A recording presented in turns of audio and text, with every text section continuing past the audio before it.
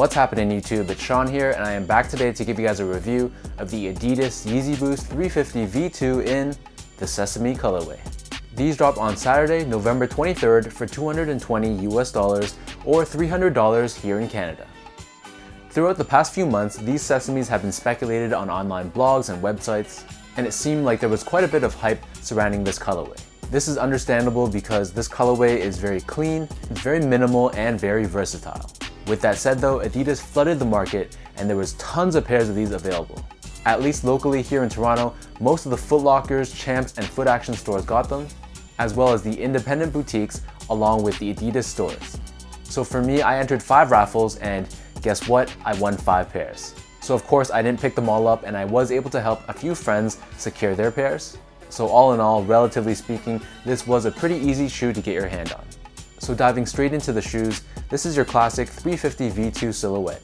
The upper is constructed out of prime knit in the Sesame color, and in real life, the color of the upper is sort of like a combination between gray and beige.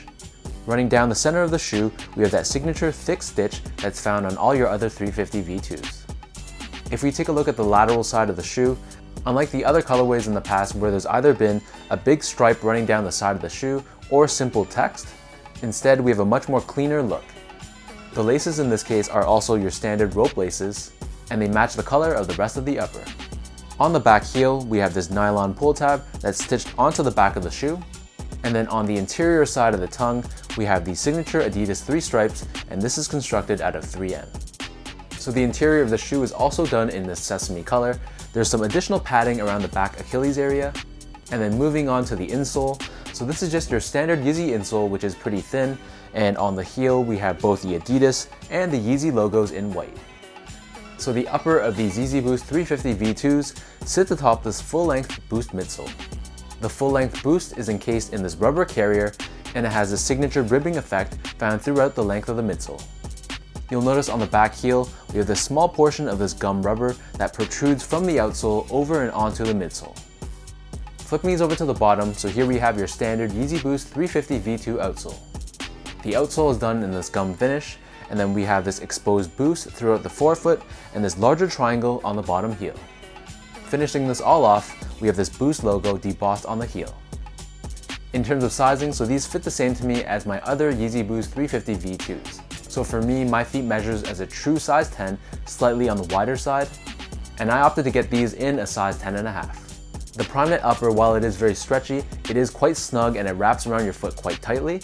And also this toe box area right at the edge, this is pretty shallow. So for a lot of people, myself included, I feel that pressure from the prime knit clamping down on top of my toes. So I definitely would recommend going up at least half the size. And in the case where you buy these and they still feel tight, another option is to wear these but taking out the insole, which should give you some added space around the toe. From a comfort standpoint, so I've always said that this model is actually quite comfortable. The full-length Boost underneath your feet feels very nice and it's quite soft and quite plush. And if you can get past the snugness of the upper, this prime knit is very flexible and it really wraps around your feet like a sock.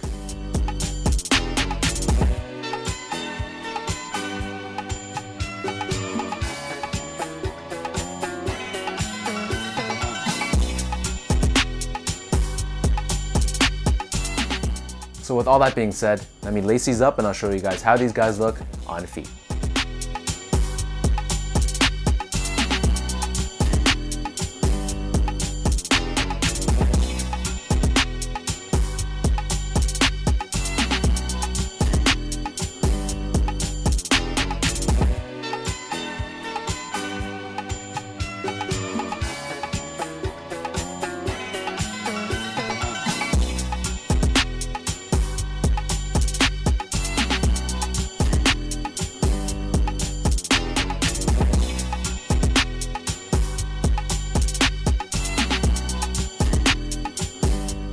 Honestly speaking guys, whether it's hype or no hype, this colorway is very clean.